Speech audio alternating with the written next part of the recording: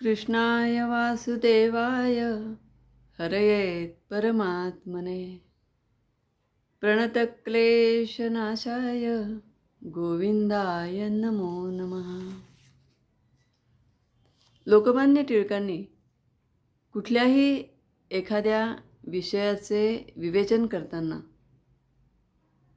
3 दृष्टिकोन आपण विचारात घ्यावेत असं सांगितलेलं आहे. कोणते दृष्टिकोन तुम्हाला माहिती आहेत?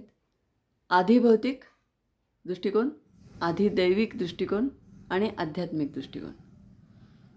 त्यानंतर त्यांनी ऑगस्ट कॉम्त या फ्रेंच समाजशास्त्रज्ञाने जे 3 दृष्टिकोन मांडलेले आहेत त्यांचा उहापोह थोडासा केलेला आहे. तो असा, ते असं म्हणतात की ऑगस्ट कॉम्त याने विविध समाजांचा अभ्यास करून आणि विविध विषयांचा देखील अभ्यास करून असं म्हटलेलं आहे की प्रत्येक समाज, जगातील प्रत्येक देशातील प्रत्येक समाज हा 3 विविध अवस्थांमधून जात असतो आणि उत्क्रांत होत असतो. असा त्याने मध्यवर्ती विचार मांडलेला आहे. त्याने कोणत्या अवस्था मांडलेल्या आहेत? तर त्या अशा: थिओलॉजिकल स्टेज, मेटाफिजिकल स्टेज आणि पॉझिटिव्ह स्टेज. मराठीमध्ये धर्मशास्त्रीय अवस्था, आध्यात्मिक अवस्था आणि प्रत्यक्षवादी अवस्था किंवा वैज्ञानिक अवस्था. या अवस्थेला वैज्ञानिक अवस्था असं देखील म्हणता येतं. सारांश: ऑगस्ट कॉम्त या फ्रेंच विद्वानाने लोकमान्यांनी सांगितलेले जे 3 दृष्टिकोन आहेत त्यांचेच थोडेसे अर्थ बदलून आधिभौतिक प्रतिपादनाला सर्वात जास्त महत्त्व दिलेलं आहे. आधिभौतिक दृष्टिकोन म्हणजेच वैज्ञानिक दृष्टिकोन, ज्यामध्ये देव, पापपुण्य या संकल्पना मानल्या जात नाहीत आणि फक्त अनुभव क्षमता, अनुभवजन्य जे ज्ञान आहे त्या अनुभवातून मिळणाऱ्या ज्ञानालाच फक्त प्रमाण मानावं असं प्रतिपादन ऑगस्ट कॉम्त याने केलेले आहे. तो म्हणतो, सृष्टीच्या बुडाशी कोणते पायाभूत तत्त्व आहे हे शोधण्यात, वेळ घालवण्यात काहीच अर्थ नाही. तो असंही म्हणतो की ते जे तत्त्व आहे ते तत्त्व अगम्य आहे, म्हणजेच कधीही न कळणारे आहे आणि त्यामुळे एखाद्या शास्त्राची इमारत ही त्या पायाभूत तत्त्वाच्या आधारावर उभी करणे योग्यही नाही आणि शक्यही नाही. तिसऱ्या अवस्थेमध्ये मानव हा सृष्टीतील पदार्थांच्या दृश्य गुणधर्मांचाच जास्त शोध घेऊ लागला आणि त्यामुळे अनेक वैज्ञानिक शोध लागले. हे सगळं कशामुळे घडून आलं? तर आधिभौतिक दृष्टिकोनामुळे घडून आलं, किंबहुना त्या अवस्थेमुळे घडून आलं. आधिभौतिक अवस्था म्हणजेच वैज्ञानिक अवस्था, किंबहुना वैज्ञानिकपेक्षा आपण त्यालाच प्रत्यक्षवादी अवस्था असं नाव देऊ शकतो. पॉझिटिव्हिझम असं त्यांनी त्याला म्हटलेलं आहे. तर नवे नवे शोध लावणं, त्यांनी उदाहरणं दिली आहेत. आगगाडी, तारायंत्र. आपण आता नवीन काळामध्ये म्हणू की कॉम्प्युटर आहे, लॅपटॉप आहे, वॉशिंग मशीन आहे, मोबाईल आहे, स्मार्टफोन आहे. हे सगळे शोध, नवे नवे शोध कशामुळे लागू शकले? तर आधिभौतिक दृष्टिकोनामुळे, किंबहुना वैज्ञानिक दृष्टिकोनामुळे आणि प्रत्यक्षवादी दृष्टिकोनामुळेच हे शोध लागू शकले. हे त्याचं म्हणणं बरोबर पण आहे आणि म्हणूनच तो काय म्हणतो की कोणतंही शास्त्राची जर उभारणी करायची असेल तर आध्यात्मिक किंवा धर्मशास्त्रीय दृष्टिकोन हे योग्य नाहीत. मग कुठला दृष्टिकोन योग्य आहे? तर वैज्ञानिक दृष्टिकोनच फक्त योग्य आहे आणि तोच जास्त फायदेशीर आहे आणि श्रेष्ठ आहे असे ऑगस्ट कॉम्त याचे प्रतिपादन आहे. समाजशास्त्र असो, त्याला समाजशास्त्राची बांधणी, रचनात्मक अभ्यास करायचा होता. समाजाचा रचनात्मक अभ्यास करायचा झाला तर जे शास्त्र निर्माण होईल त्या शास्त्राला त्याने समाजशास्त्र हे नाव दिलं. हे आपण मागे पाहिलं, या आधीच्या लेक्चरमध्ये पाहिलं. आणि लोकमान्य टिळकांनी गीतारहस्य या ग्रंथाला कर्मयोगशास्त्र असं नाव दिलेलं आहे. कारण कर्माचा आणि कर्मयोगाचा तात्विक विचार करण्यासाठी त्यांना अ, ते शास्त्र, कर्मयोगाचं शास्त्र विकसित करायचं होतं. जर तुम्ही स्वतः गीता रहस्य जेव्हा वाचाल त्यावेळेला तुम्हाला मी काय म्हणते ते लक्षात येईल. शास्त्रासारखी कर्मयोगाची मांडणी त्यांना करायची होती, एखाद्या शास्त्रासारखी.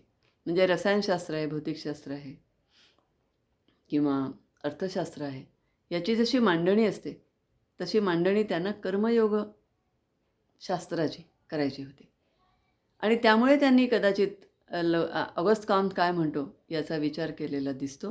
आणि दुसरं असं की त्याने मांडलेले जे 3 अवस्था, त्याने मांडलेल्या ज्या आहेत अवस्था, त्या अवस्थांचे जे दृष्टिकोन आहेत ते आणि स्वतः लोकमान्यांनी दिलेले 3 दृष्टिकोन यामध्ये त्यांना बरंचसं साधर्म्य आढळलेलं आहे.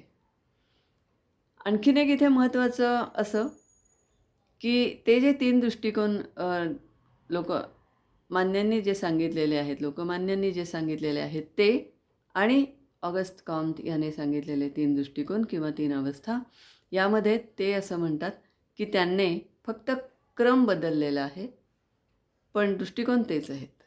अवस्थाही त्याच आहेत आणि त्याने क्रम बदलला आहे. आणि ज्या वेळेला त्याने क्रम बदलला आणि मांडणी केली, त्या सिद्धांताची मांडणी केली की प्रत्येक समाज हा 3 अवस्थांमधून उत्क्रांत होत असतो आणि आत्ता सांगितलेल्या 3 अवस्था, हा जो त्याचा शोध आहे किंवा सिद्धांत आहे, तेवढाच त्याचा अ, तेवढाच त्याचा तो शोध आहे आणि त्यामुळे ते वैज्ञानिक कॉन्ट्रिब्युशन, वैज्ञानिक योगदान ऑगस्ट कॉम्टने तेवढेच वैज्ञानिक योगदान त्याच्या समाजशास्त्र या विषयासाठी या संदर्भामध्ये दिलेलं आहे. क्रम बदलला हे त्याचं वैशिष्ट्य आहे आणि तेच त्याचं योगदान आहे, तोच त्याचा शोध आहे, असं लोकमान्य टिळक आपल्या गीता रहस्यामध्ये म्हणतात.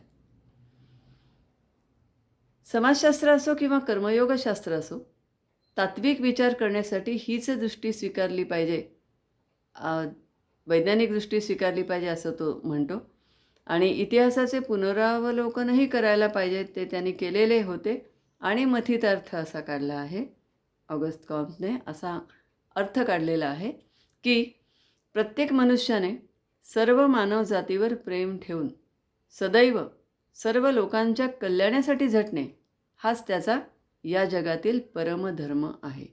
आणि आपण ज्याला धर्म मानतो ते धर्म किंवा इवन देव, ईश्वर, परमेश्वर यांना ऑगस्ट कॉम्ट मानत नाही, हे लक्षात घ्या.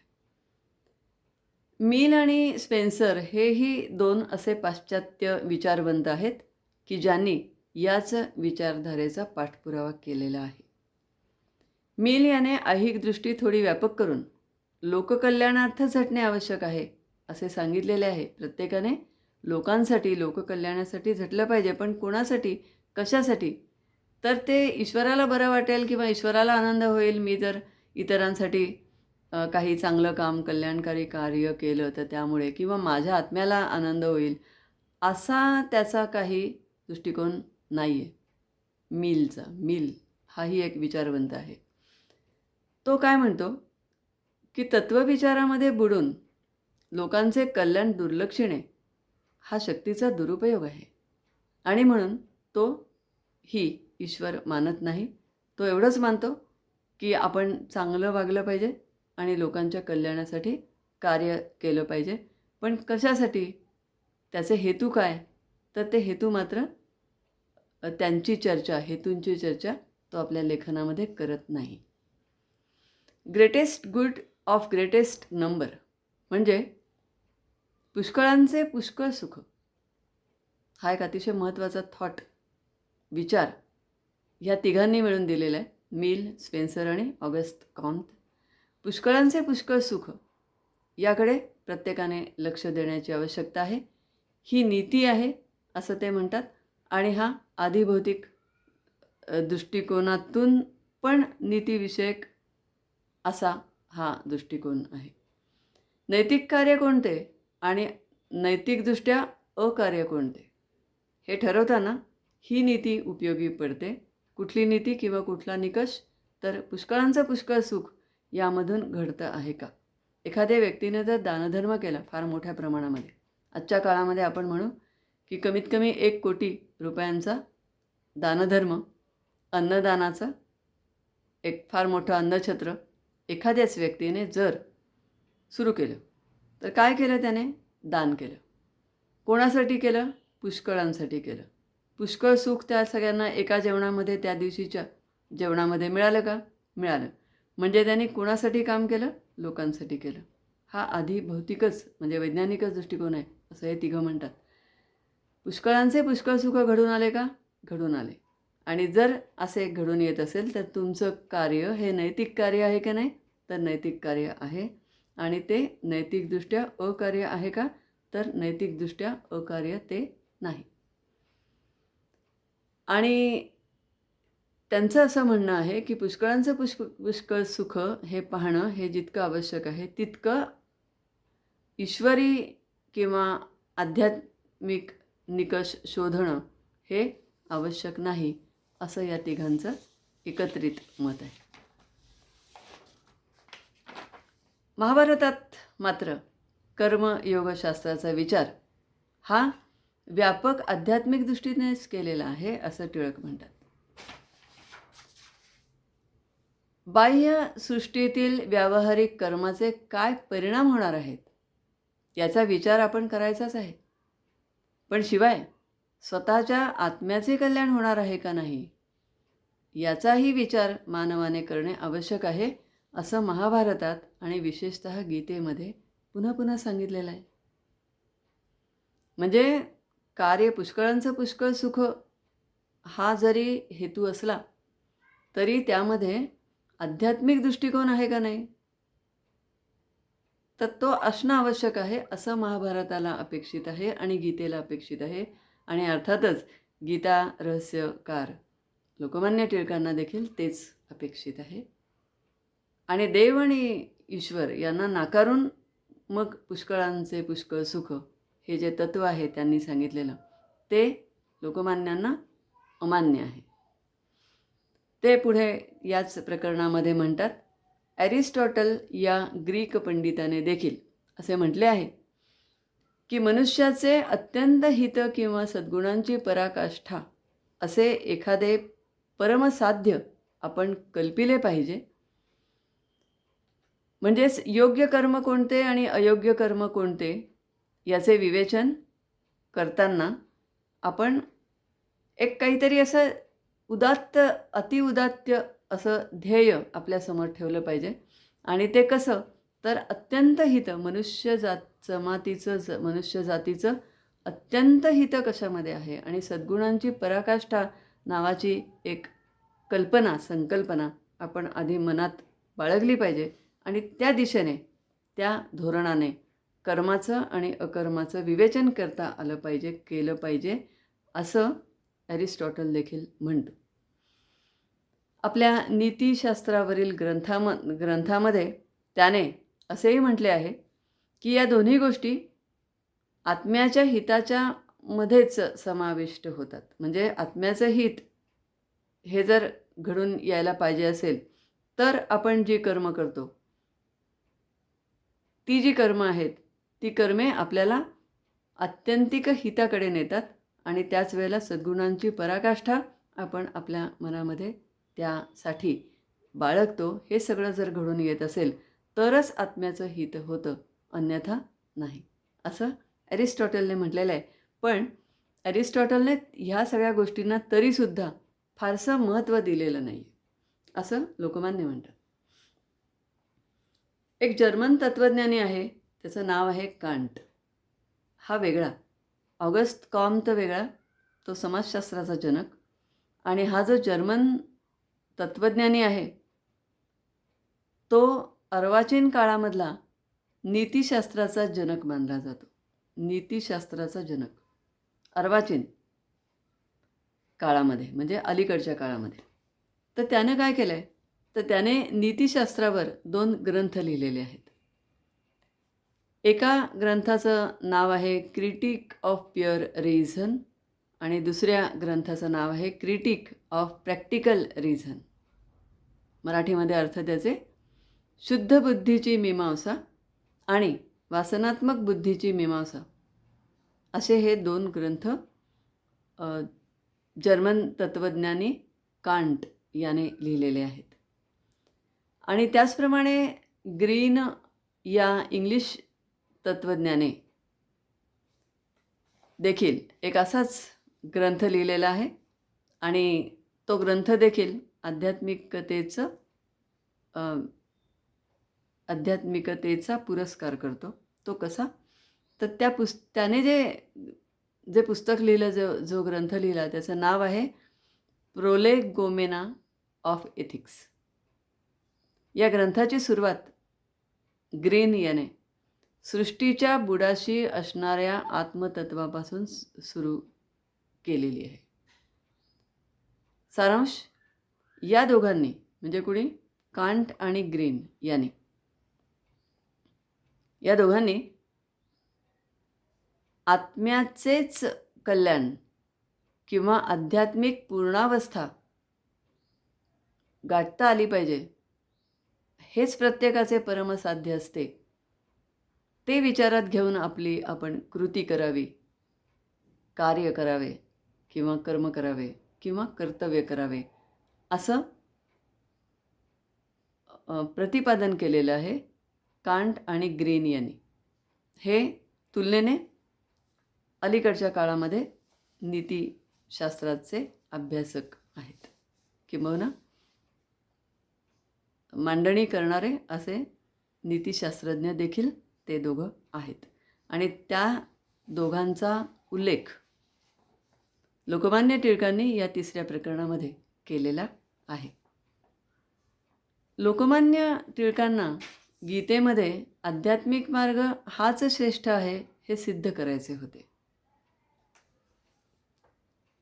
कर्मयोग शास्त्राच्या 3ऱ्या प्रकरणाच्या शेवटी ते असं म्हणतात की शास्त्र म्हणजे काय? तर बुद्धीला प्रथम न कळणाऱ्या विषयांच्या मधील गुंतागुंत काढून टाकून त्यातील अर्थ निश्शंक आणि सुगम करणे आणि डोळ्यापुढे नसणाऱ्या किंवा पुढे होणाऱ्या गोष्टींचेही यथार्थ ज्ञान करून देणे असे शास्त्राचे लक्षण आहे.